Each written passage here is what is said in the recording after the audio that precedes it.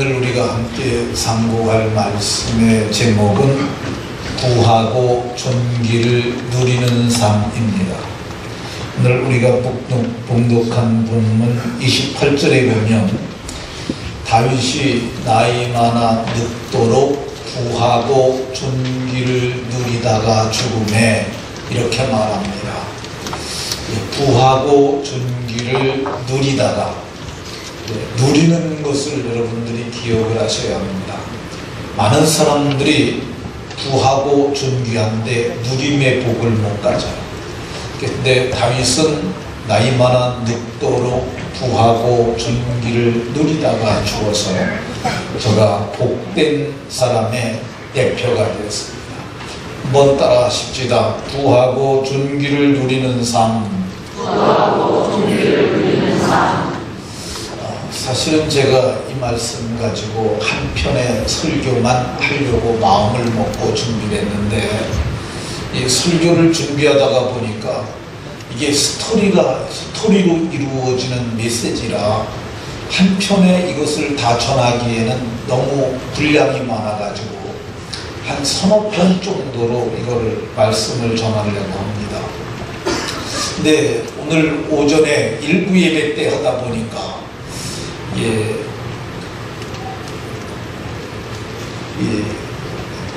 일부 예배 때 설교를 많이 못했어요. 그래서 또 여기만 또 진도가 많이 나가면 그렇잖아요. 그래서 오늘 이 오전에 예배했던 일부 예배자들과 함께 상고했던 말씀까지 거기까지만 오늘 살펴보도록 하겠습니다. 한번 따라 하십시다. 옆 사람과 인사하면서 이렇게 서로에게 복을 빌어줍니다. 구하고 존귀를 누리는 인생이 되시기 바랍니다.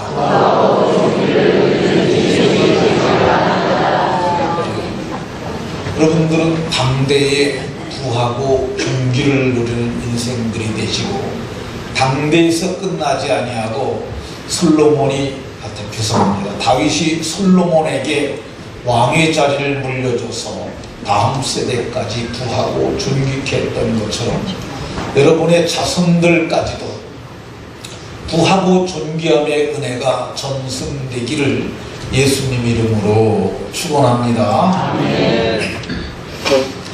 세상에는 복을 못 받고 못 누리는 사람들이 있습니다. 좀 안타까운 분들입니다. 근데 이것이 현세에서 끝이 나지 아니하고 내세까지도 복을 못 받고 못 누린다 그러면은 이 사람들은 세상에서 가장 불쌍한 사람들일 것입니다.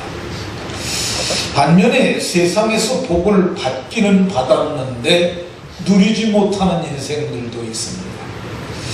전도서 6장에 보면 솔로몬이 만상과 만물의 지혜를 다 깨닫고, 그리고 세상 사람들의 인생을 살펴본 후에 어떤 사람은 모든 소원에 부족함이 없이 재물, 부요, 존귀를 받았는데 그것을 누리지 못하는 인생이 있다고 말합니다. 재물도 있고 부여도 있고 존귀도 있는데 그걸 누리지 못하고 그렇게 사는 사람들이 있습니다. 이런 인생들이 되면 안 됩니다. 제가 시골에서 목회할 적에 100억 거지라고 불렀던 노인이 한 분 계세요. 그분은 정말 그 조상들에게 물려받은 산지, 농지, 그 외의 토지들이 참으로 많았어요. 사람들이 그를 부자라고 불렀어요. 제가 대충 계산해도 100억은 넘겠더라고요. 근데 그분들의 삶은 초라하기 이럴 데가 없었어요. 그분의 부인은 정말 몸도 자그마하고 옷도 촌안하게 옷만 입고 다니셨는데, 그분이 이렇게 입이 이렇게 좀 삐쭉 나왔는데 거기다 이빨이도 다 이렇게 삐뚤삐뚤해가지고 참 이렇게 보기에 촌안악처럼 생기셨어요. 근데 농사를 짓다가 보면 부산물들이 많이 나옵니다. 이 고추 심었는데 고추잎도 따기도 하고 풋고추도 따기도 하고, 또 이제 들깨 심고 들깨를 얻기도 하지만은 들깨 깻잎도 따요. 고구마 심고 나면 고구마 줄거리도 또 땁니다. 밤새도록 고구마 줄거리 벗겨가지고 단으로 만들어가지고 이 1륜차 있어요. 밖에 하나 들고 이렇게 끌고 다니는 거. 거기다가 그 물건을 싣고 의정부에서 가산까지 왕복하는 기외버스가 있는데 그 정거장까지 가서 그거를 그 버스에 싣고 갑니다. 그래가지고 의정부 시장통 그 사람들 다니는 길거리에서 그걸 팔고 그거 많이 팔고 값을 좀 잘 받으면 싱글벙글하고 오세요.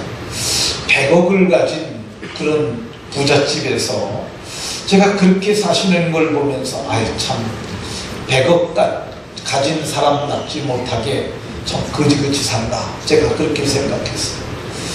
그 아저씨는 또 이게 그 교회 앞에 농지가 좀 있었는데 논에서 보내기도 하고 빚매기도 하고 그러잖아요. 그럼 바지를 이렇게 걷잖아요. 다리에 진흙이 막 묻습니다. 근데 맨발로 저희 사택에 와가지고 문 두들겨요. 사모님 커피 한 잔 타주세요. 저희 집사람이 커피 한 잔 타주면 그거 고맙다 그러면서 먹고 가시는데 저는 그분들이 나를 좀 계수하는 지혜가 있으면 좋겠다 그런 생각했어요. 우리 인간들은 유한한 존재입니다. 이 시편 90편에 보게 되면 나를 계수함을 가르치라 지혜로운 마음을 얻게 하소서. 나를 계수하는 지혜가 우리 인간에게 필요하다는 것을 알아야 합니다. 내 나이가 지금 몇 살인가 그걸 늘 생각을 해야 돼요. 내가 이때 어떻게 살아야 하는가 그거 생각해야 해요. 제 친구 중에 고읍에서는 임목사라는 분이 있어요. 참 성령 충만하고 성령을 쫓아 살려고 애쓰는 좋은 목사님이에요. 근데 어느 날 저한테 얘기를 해요. 아 우리 교회 집사한 사람 내가 추천서 써가지고 신학교 보냈다고. 제가 몇 살인데 그랬더니 45살인데 제가 되게 뭐라고 그랬어요. 무슨 그런 사람들을 신학교 보내냐고. 왜 그러냐면 신학교를 고등학교 졸업한 사람이 대학원 과정까지 마치는데 한 해도 빠지지 않고 거기를 가야 10년 걸립니다. 그러면 50대 중반에 목사 안수받는다는 거잖아요. 근데 고등학교 갓 졸업한 사람들 이게 제대로 가서 공부하려면은 한두 번 신학교 떨어집니다.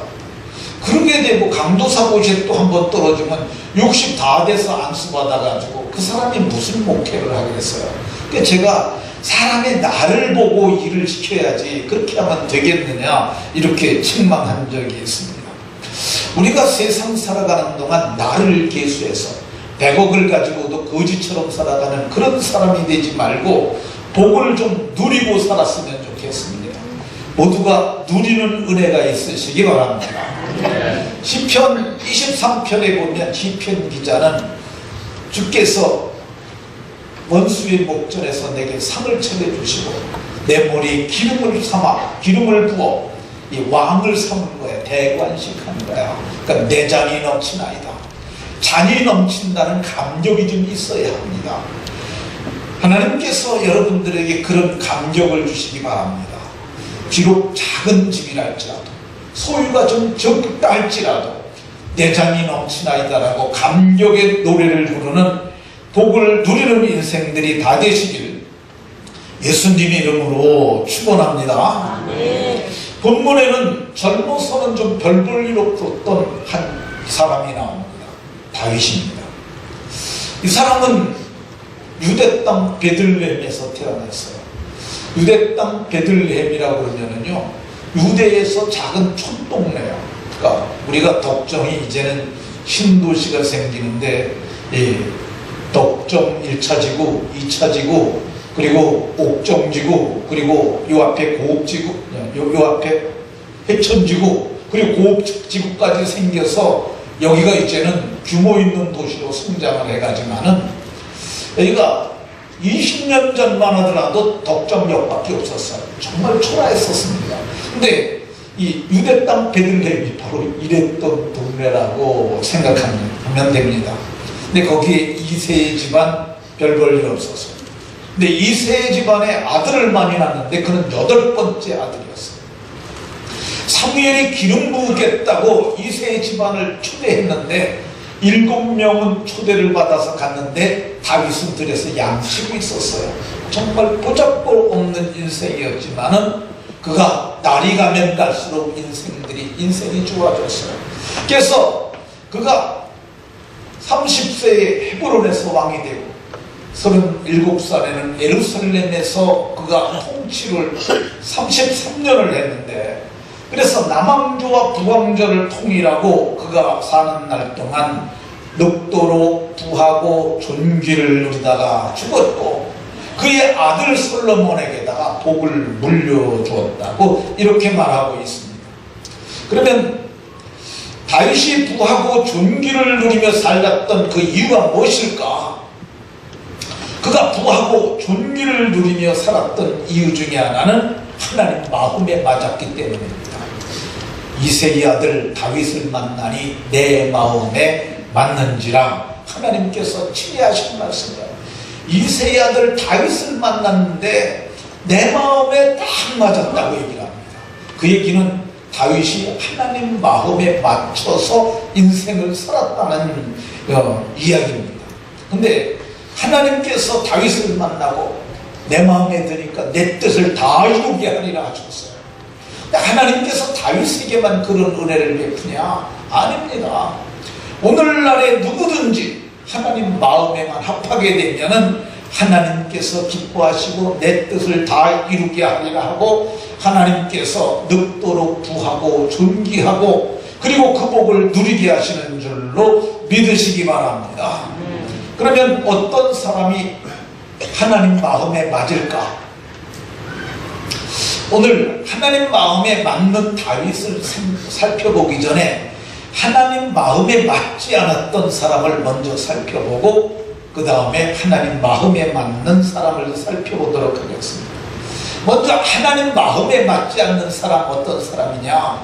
하나님 말을 거역한 사람이에요. 하나님 말씀을 거역하면 하나님 마음에 들어가지 않습니다. 하나님은 하나님 말씀을 거역하는 것을 사술의 죄와 같고 이 점치는 쥐와 같다고 말씀하셨어요. 하나님의 말씀을 버리니까 하나님께서 네가 내 말을 버려?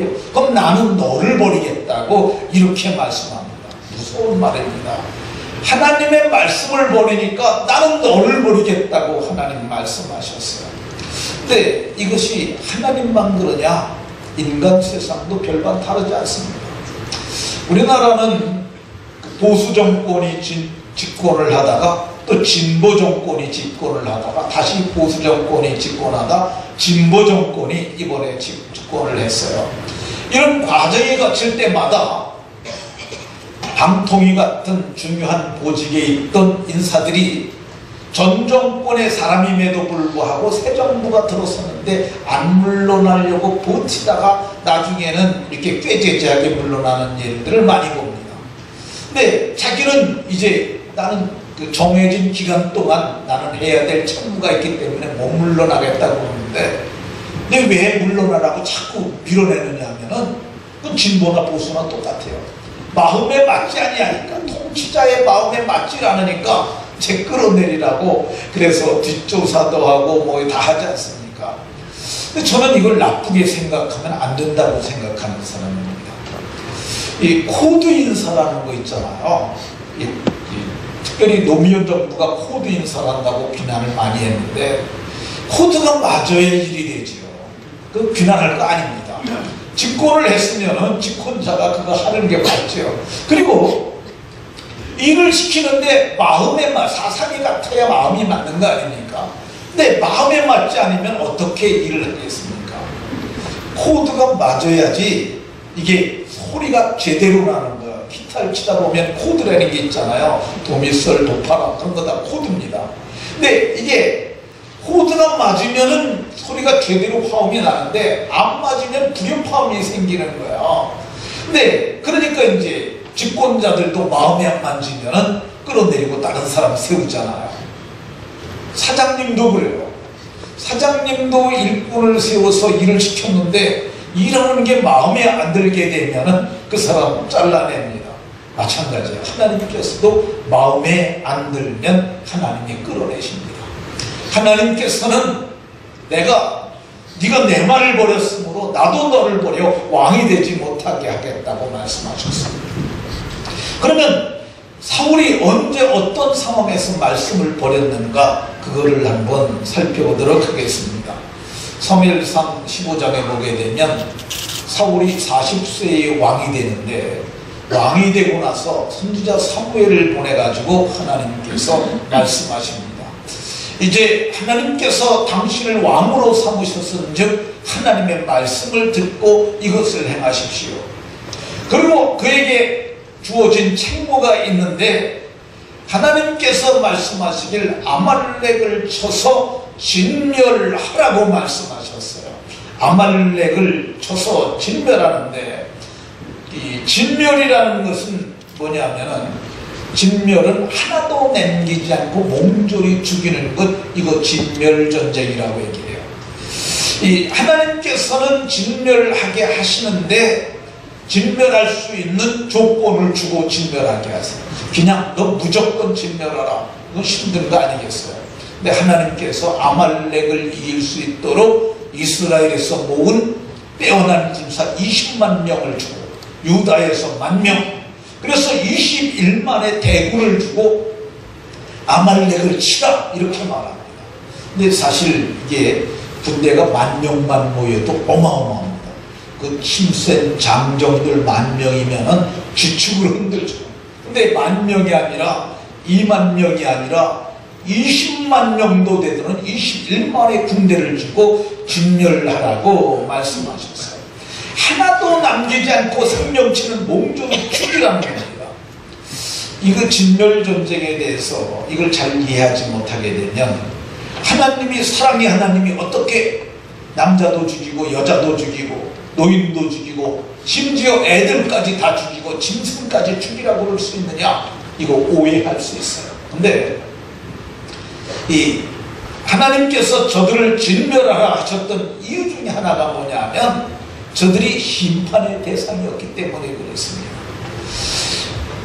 하나님께서 저들을 진멸하려고 마음을 먹으신 것이 이 창세기 15장에 보면 나오는데, 하나님께서 소돔과 고모라를 멸하시길 전에 하나님께서 아브라함을 불러 말씀하셨습니다. 이 아모리 사람의 죄악이 아직은 가득 차지 않아서 4대가 지난 후에 저들을 심판하시겠다고 이렇게 마음을 작정하시고 그걸 말하셨어요. 그 후에 소돔과 고모라의 죄악이 하늘에까지 상달되니까 하나님께서 하늘에서 유황과 불을 비같이 내리셔서 저들을 심판하셨다고 성경이 말합니다. 그들의 죄악의 가장 큰 것은 동성애죠. 동성애. 남자 여자가, 이게 남자가 남자를 향하여 정욕이 불타고 여자가 여자를 향하여 정욕이 불타는 것. 베드로 사도는 이것이 심판의 거울이라고 얘기해요.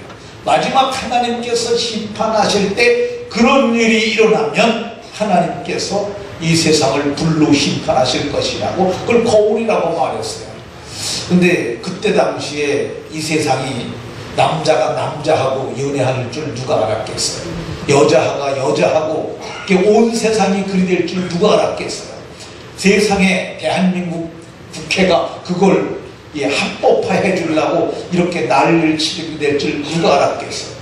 근데 성경은 그걸 미리 예언하고 그거 시작할 때가 되면 그게 심판의 전조라고 이렇게 말씀하셨다는 것을 볼 수 있습니다. 하나님께서 근데 이제 아모리 족속은 4대가 지난 후에 심판하시겠다고 말씀하셨어요. 그리고 이스라엘 백성들을 애굽으로 보냅니다. 그리고 거기서 430년이 끝나는데 그때 이스라엘 백성들이 나와요. 근데 성경을 보면 430년이 끝나는 그날에 여호와의 군대가 애굽 땅에서 나왔습니다. 애굽 땅에서 나온 이스라엘 백성들이 어떤 사람들이에요? 노예잖아요. 노예. 이 노예가 아무리 해방되어서 나왔을지라도 그 노예 근성이나 노예 습성을 못 버리고 그냥 노예들이 나온 거예요. 근데 성경을 보면 하나님은 그들을 노예로 보지 않으셨어요. 여호와의 군대라고 봤어요. 하나님께서 그 군대를 가지고 지금 가나안 땅을 심판하시려는 거예요. 왜 그럽니까? 죄악이 430년에는 아직 관영하지 않았는데 이제는 죄가 가득 찬 거야. 근데 하나님께서 이스라엘 백성들을 그 땅에 보내셔서 저들의 죄를 심판하시고, 전에는 물로 심판하시고 그 다음에 불로 심판하셨는데 하나님의 군대로 저들을 심판하시고 그 땅을 저들에게 주며, 또 이스라엘 백성들은 저들을 심판하면서 저들이 영적 훈련을 하게 하기 위해서 하나님께서 하셨던 것을 볼 수가 있습니다. 두 번째, 하나님께서 왜 진멸하라고 그러셨느냐? 이스라엘 백성들이 애굽에서 나와서 르비딤이라는 곳에 이르렀을 때 이 아말렉 군대가 이스라엘 백성들을 뒤로 와서 쳤어요. 그러니까 이스라엘 백성들이 얼마나 힘들었겠어요. 지금 애굽에서 나와가지고 이 사람들이 사실은 군대라고 그러지만 오합티조래요. 노예 생활만 했어요. 근데 그들을 뒤에 와서 공격을 하니까 너무너무 힘들지 않았겠어요. 그래서 마침내 그들과 일전을 치르게 됩니다. 근데 그날 하나님께서 말씀하셨어요. 모세에게 너는 아론과 훌을 내리고 산으로 올라가. 그리고 여호수아를 칼을 들려 주어서 저로 하여금 아말렉과 싸우게 하라. 근데 싸우는데 모세가 손을 드니까 이스라엘이 이기는 거예요. 근데 모세가 너무 손 들고 있다 힘드니까 손이 내려오니까 아말렉이 이기는 거예요. 이게 몇 번 이런 걸 보고 있던 아론과 훌이 그거 알았어요. 야, 모세가 손을 드니까 이기고 손이 내려오니까 지네. 그래서 우리가 붙잡아주자. 그래갖고 양쪽에서 손을 꽉 붙잡고 있으니까 어떤 일이 일어났겠어요? 그러니까 이스라엘이 아말렉을 다 이겨가고 시작하는 거예요. 근데 두 사람도 붙잡고 있다 보니까 지쳐서 팔이 점점 내려오는 거야. 그러니까 우리도 힘드니까 8m가 돌을 갖다 괴자. 돌을 갖다 괴가지고 그날 여호수아가 칼로 저들을 아말렉을 파하니라. 아말렉을 무찔렀다고 성경이 이렇게 말해요. 근데 이 아말렉이 우리가 이 말씀을 통해서 보면 이게 영적 존재예요. 손을 드는 것은 기도하는 것을 의미하고요. 그리고 칼날은 말씀은 좌우의 날선 검과 같다고 얘기해요. 그래서 아말렉을 파했다 그러는데 말씀으로 예수님께서 마귀를 물리쳤던 것처럼 우리가 아말렉을 말씀으로 물리쳐야 하는 것을 보여줍니다. 성경은 이렇게 말합니다. 하나님께서 아말렉을 파한 후에 출애굽기 17장에 이것을 책에 기록하도록 해라. 이건 역사적인 사건이라는 거죠. 그리고 다음 지도자인 여호수아의 귀에는 외워서 암기하게 해라. 그리고 아말렉을 없이 하게 해서 기억되지 않게 하겠다고 말씀하시고, 그러나 저들이 존재하는 그동안 대대로 싸우리라. 대대로 싸우리라. 근데 아말렉을 잘 보면은요, 아말렉과 정말 대대로 싸웁니다. 어디까지 가는지 아십니까? 아말렉과의 전쟁이 이스라엘이 망해서 바벨론의 포로로가 앞에 갔는데 거기서도 싸워요. 아각 사람 함무다다의, 아각왕 함무다다의 아들 하만이라는 사람과 모르드게라는 사람이 거기서 싸우고 마침내 이스라엘이 이겨서 부림절이라고 하는 절기가 탄생하게 되는데, 그 아각이라는 사람이 오늘 본문에 나오는 아말렉의 왕이었던 것을 볼 수가 있습니다. 그러면 사울이 진멸전쟁을 어떻게 싸웠을까? 이 성경을 보면 하나님이 진멸하라고 하셨는데 전쟁에 이겼어요. 완전히 이겼어요. 근데 그가 아각 왕과 그의 양과 가장 좋은 것, 기름진 것은 남겨두었다고 이렇게 얘기합니다. 진멸하기를 즐겨하지 아니하고. 사울이 원래 목자 출신입니다. 근데 보니까 아말렉 땅에 어린 양들, 기름진 양들, 그리고 살진 소, 좋은 것들이 너무 많은 거예요. 그러니까 하찮은 것, 가치 없는 것은 다 죽이고 좋은 것들을 다 남겼던 것을 볼 수가 있어요. 이거를 여러분들 어떻게 순종했다고 하겠습니까? 이거 100% 순종이겠습니까? 한 반쯤 순종한 것이겠습니까? 반쯤 순종한 거죠. 반쯤 만드는 거죠. 근데 하나님께서는 말씀하셨어요. 반쯤 순종한 것을 어찌 내가 순종으로 인정하겠느냐? 하나님 말씀하시고, 하나님께서 15장 12절에 내가 사울을 왕 삼은 것을 후회하노니, 하나님께서 사람처럼 말씀하시는 거예요. 이걸 좀 어려운 표현법으로 신인 동용론적 표현이라고 해요. 하나님이 사람처럼 사람의 감정을 가지고 표현을 하는 거예요. 내가 왕 삼은 것을 후회하노니 그가 나를 돌이켜서 나를 따르지 아니하고 내 명령을 행하지 아니했다고 그렇게 말합니다. 근데 명령은 반쯤하고 그 다음은 그가 뭘 했느냐 하면은 자기를 위하여 기념비를 세우고 갔어요. 사울이 왕 되고 나서 21만의 군대를 가지고 아말렉을 쳐서 무찌른 거예요. 그러니까 너무너무 기분이 좋은 거예요. 그래서 하나님 말씀은 반쯤만 듣고 자기를 위하여 기념비를 세웠어요. 여러분들이 왕인데 일 시켜놨더니 지가 잘했다고 거기다 기념비 세우가면 화가 나겠어요? 안 나겠어요? 하나님께서 이것 때문에 진노하셨어요. 하나님이 높여야지 스스로 높이면 안 되는 줄로 깨달으시기 바랍니다. 그래서 하나님께서 사무엘을 보냅니다. 너 어찌해서 내 말을 지키지 아니하였느냐? 무슨 말씀을 그렇게 하세요? 내가 다 아말렉 진멸했습니다. 그럼 사무엘이 그러면 내 귀에 들려오는 이 양의 소리, 이 소의 소리는 무엇입니까? 그거요. 그거는 좋은 것 남겨서 당신의 하나님께 길갈에서 제사하려고 남긴 겁니다. 근데 하나님이 사무엘이 이 말을 듣고 아주 분해합니다. 그러면서 말하기를 어찌 왕께서는 그리했느냐고. 하나님께서 진멸하라고 그랬는데 당신은 어찌해서 그리했느냐고 말합니다. 그때부터 사울의 변명이 시작돼요. 나는 잘했는데, 여기 20절 보세요. 나는 여호와의 목소리를 청정해서 내가 정말 아가강도 사로잡고 아말렉사를 진멸했는데 나는 잘했는데, 21절에 다만 백성들이 이 멸할 것 중에서 좋은 것을 당신의 하나님께 제사하려고 그걸 남겼다고 이렇게 얘기를 합니다. 네,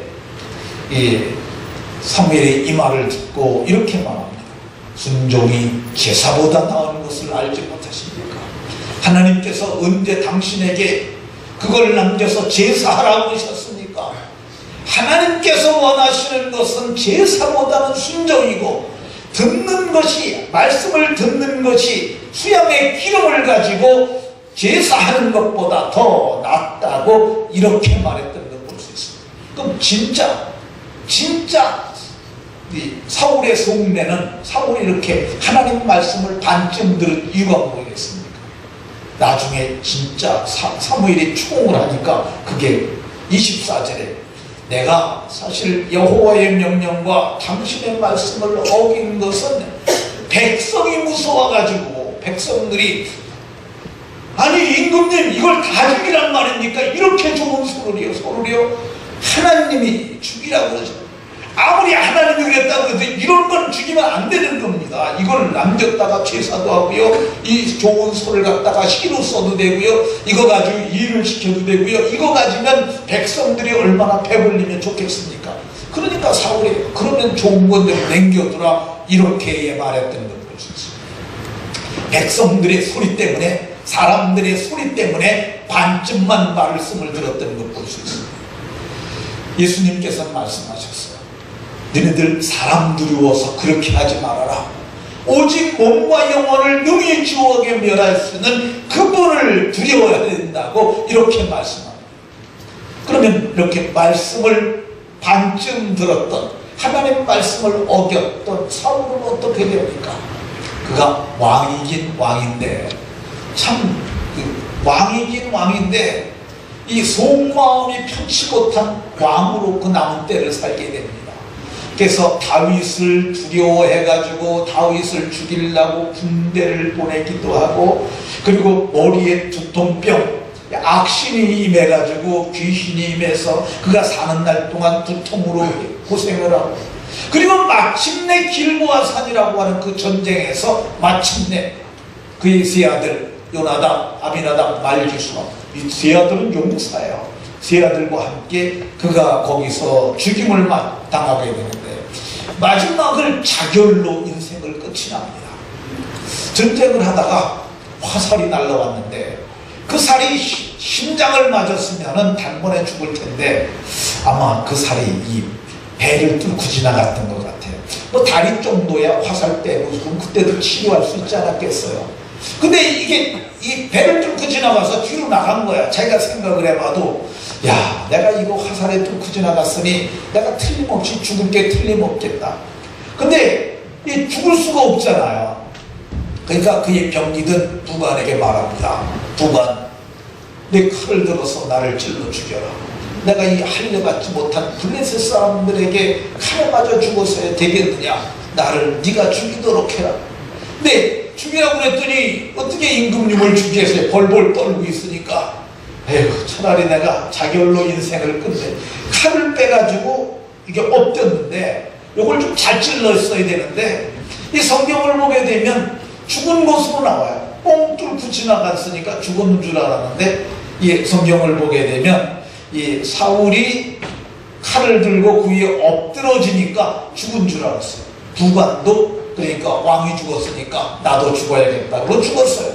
근데 그 이튿날 보니까 사울도 죽고 그 아들들도 죽고 있으니까 블레셋 사람들이 와서 그의 목을 잘랐어요. 이 머리를 베고 그의 갑옷을 벗겨갖고 그 사람들의 신당, 다곤의 신당에다 쳐다갔다가 그걸 뿌렸어요. 우리가 이겼다고. 그리고 그의 몸은 목을 잘랐으니까 목 없는 몸은 빨가 벗겼잖아요. 다 갑옷 다 벗겼으니까 벳산 성벽이라는 성벽에다가 모습과 못 박아서 까마귀가 와서 시체를 뜯어먹도록 했던 것을 볼 수가 있습니다. 근데 이게 끝이 아니에요. 버림당하고 거기서 비참하게 죽은 것이 끝이 아니에요. 하나님께서 아말렉을 진멸하라고 그랬는데 아말렉을 남겨뒀더니 그 중에 한 놈이 와서 마침내 그의 목을 따고 왕관을 벗기는 그 일이 진짜 일어납니다. 사무엘하 1장에 보게 되면은요, 다윗이 아말렉을 쳐 죽입니다. 다윗은 아말렉을 늘 쳐 죽였던 사람이에요. 아말렉을 죽인 사람이에요. 그래서 시글락에 가서 이틀을 머물고 있는데 한 병사가 다윗을 찾아왔어요. 근데 모습이 옷도 찢어지고 머리도 헝클어지고 그리고 진흙도 묻은 상태로 왔어요. 너 어디서 왔느냐 그랬더니 사울의 진중에서 왔어요.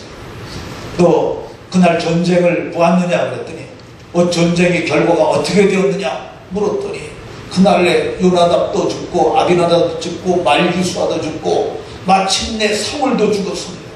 네가 사울이 죽은 걸 어떻게 하느냐? 제가요 지나가는데 사울 왕이 저를 불렀어요. 내가 아직까지도 목숨이 붙어 있어서 내가 너무 힘이 드니까 네가 나를 좀 죽여줘라. 그러니까 내가 보니까 화살도 그 몸을 찔렀고 칼도 그 몸을 찔렀는데 아직까지 목숨이 붙어 고통당함으로 내가 그를 죽였습니다. 그를 죽인 것뿐만 아니에요.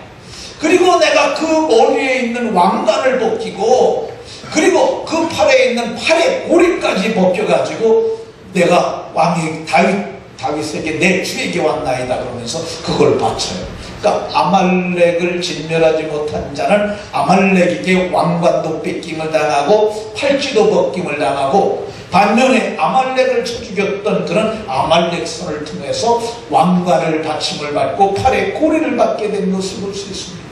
다윗이 그에게 묻습니다. 그러면 도대체 너는 누구냐 그랬더니 나는 아말렉 사람 외국인의 아들입니다라고 이렇게 말을 합니다. 그러니까 아말렉에게 사울은 비참하게 죽임을 당했습니다. 말씀을 버리게 되면 아말렉을 제가 마귀라고 그랬잖아요. 악한 자들의 게임에 빠져서 인생을 비참하게 마치게 됩니다. 반면에 오늘 다윗은 아말렉을 쳐서 죽이잖아요. 이 왕관을 가져오고 팔찌를 가져온 사람 얼마나 상조해야 되잖아요. 근데 다윗은 그 말을 듣고 그에게 병사에게 말합니다. 가까이 가서 그를 죽이라. 그를 쳐 죽입니다. 그는 왕관을 받아 쓰고 팔찌를 차고 백성의 군주가 되고 그가 존귀한 자가 됩니다. 그가 바로 거기서 헤브론으로 올라가서 유다의 왕이 되고 7년 뒤에는 이스라엘의 통치자가 됐던 것을 성경이 보여주고 있는 것을 볼 수가 있습니다. 그러니까 이 하나님의 말씀을 버리면 인생이 버림받는 거예요. 여러분 사는 날 동안 우리가 하나님 말씀 알잖아요. 다 듣잖아요. 근데 그거를 갖다가 말씀을 온전히 지켜 행할 생각을 해야 되는데 그러지 않고 요만큼만 하지 그렇게 하면 안 돼요. 오늘 사울이 그렇게 하다가 인생이 비참하게 나중에는 귀신 들려가지고 비참하게 망가졌던 걸 볼 수 있습니다. 근데 다윗은 여호와의 말씀을 온전히 쫓은 사람이야. 온전히 좌로도 치우치지 않고 우로도 치우치지 않고 주님 말씀만 따라갔더니 하나님께서 늑도로 부하고 존귀하게 존귀를 누리다가 그가 죽었다고 얘기를 하고 그리고 그 복을 다음 세대까지 물려줬다고 이렇게 말씀합니다. 말씀을 마치도록 하겠습니다. 우리가 사는 날 동안 사울처럼 살 수도 있고 다윗처럼 살 수도 있습니다. 모두가 다윗의 길을 가서 늑도로 부하고 존귀를 누리다가 호련히 하나님의 영광에 참여하고 다음 세대들도 복되게 하는 하나님의 사람들이 다 되시기를 예수님 이름으로 축원합니다.